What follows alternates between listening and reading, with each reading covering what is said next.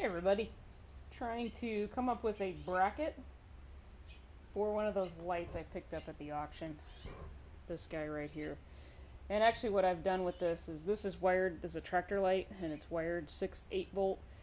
And I just took the socket out of the inside that was for that 6 8 volt bulb and just put a single element 12, basically just a standard car socket in there, and then put a single element bulb in it. And I'm just going to wire it to the headlight switch.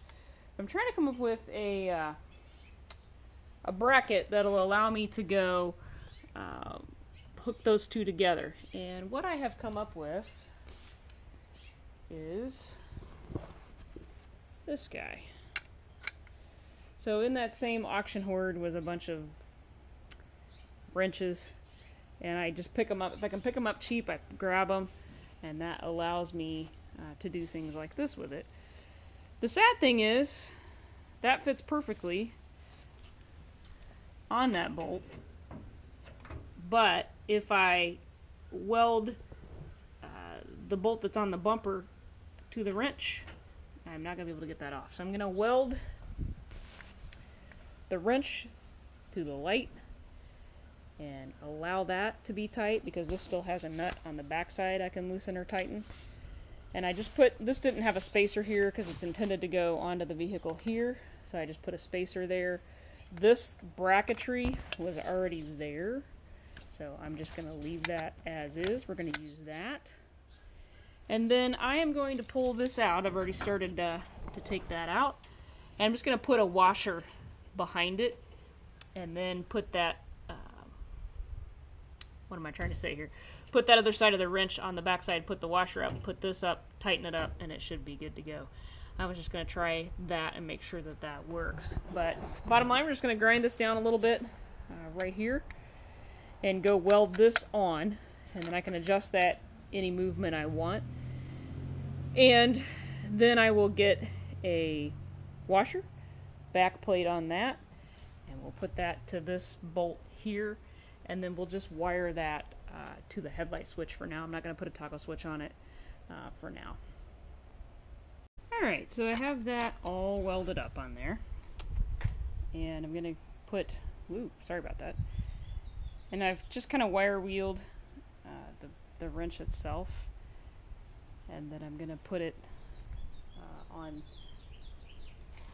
that little bolt that goes through on the towel bar and the actual overrider bumper portion of the blade, and see if we can get this adjusted. I have some adjustability in this area here. I can adjust it this way, and I can adjust it down here as well. I can pivot this arm if I need to. So let me get that kind of set up, and maybe get the camera where you can see what's going on, and we will bolt that sucker up and get it wired and see how she looks. So hopefully this isn't too boring of a view for you and not too noisy. You're going to get some racket because I'm going to be trying to force this thing over, if I can get it over. And unfortunately on the bolt, I am not going to have enough space to allow for a lock washer, which should happen. And I can already see this needs to come down a little bit. So let me back this guy off just a hair. I'm going to allow for some movement there so that we can get that in there. I had to go change my clothes too because I still had work clothes on, so be all set now. So unfortunately, I'm going to have to force this guy back and hope for the best. I had to use a little creativity here. When I took this bolt out originally,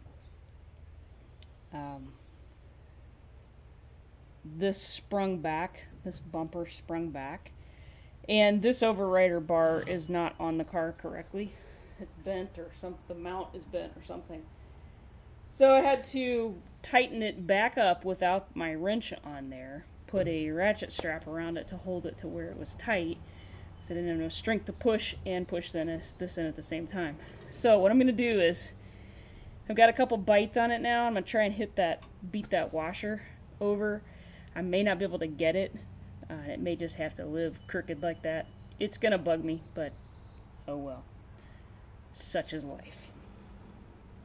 So I've kind of got a rough estimate of where that needs to live.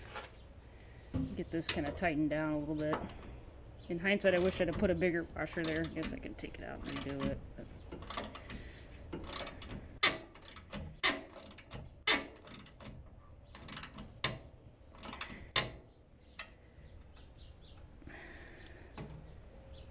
okay, that's good.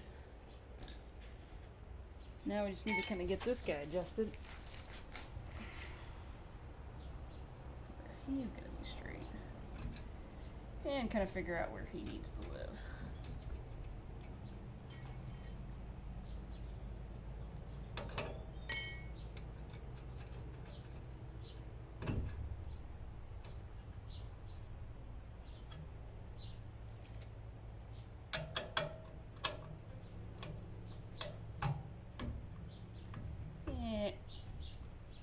Get a wrench for that.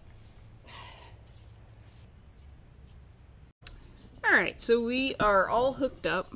See if I can get a little bit of a close-up shot of that for you. It is just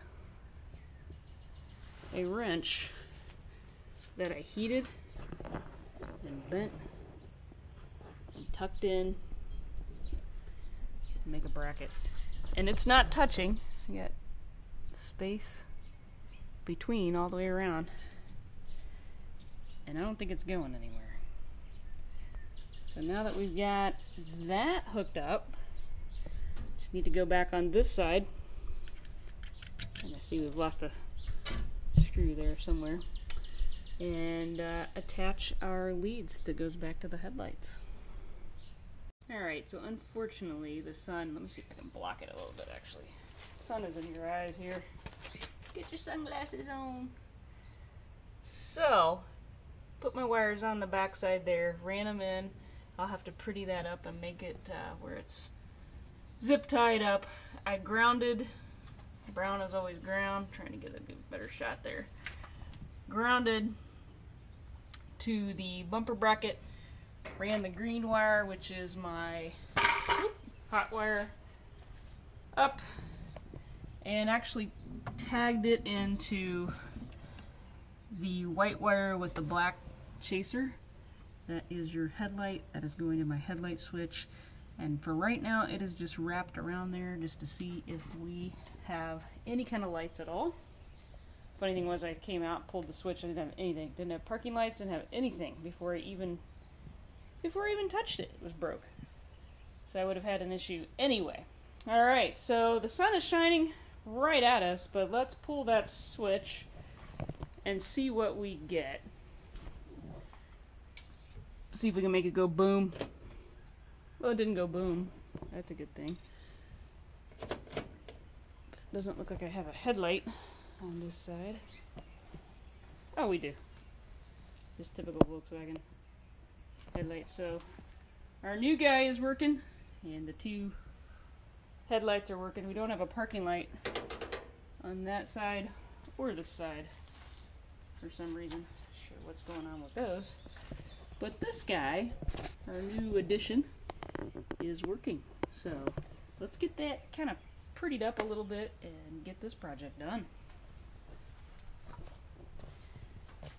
This car actually does have the original cardboard piece too that goes up and over here. And if I decide to put a toggle switch on that to make it work, the blackout plate for the radio is not original. Somebody has cut the dash in this car. So I will either run a toggle switch to that and not cut the dash, or I sometimes have run a toggle switch that has a knob face on it and run it through, actually down through the ashtray. So make the ashtray knob, because you don't ever use the ashtray for anything anyway. But in this car, we can't really do that because we are using the ashtray for a cup holder. So probably what I would do is just run a toggle to there, if that's what I decide to do. But for right now, we're just going to leave it wired to the headlight switch, and we'll see how that works for a while. So, that being said, let's get this guy kind of prettied up and put some of that black kind of scrunchy stuff on there, and we'll be done with this project.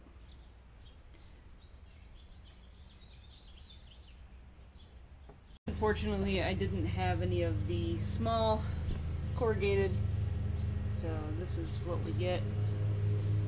But that looks better than just bare wires hanging out. Everything's all buttoned back up and ready to go. I guess I should probably make sure that guy still works. So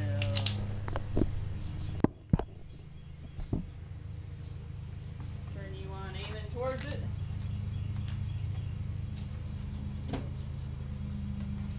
And we still have power, so that's a good sign. It's not going to be loose. Alright, so that project on that guy is done.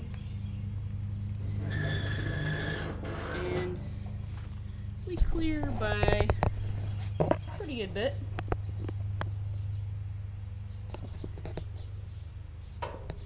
Not too bad. Had about a little over half-inch there. That looks pretty good on there. Can't back up any further. I got big old camper in my way here. It looks like it's tweaked just a little bit, kind of this way. So I may mess with that a little later, get it out where we can really look at it and see what she looks like. But let's get her all buttoned up in the front. Got a rally strap down there that needs buttoned up, and that one should be good. So I backed her up a little bit, see if we could take a look at it with it backed up a little bit. And I think it's about right. It's turned a little bit out, but if I come back much more, I'm going to hit the deck lid, and I don't really want to get into that. So for right now, we are going to call it good.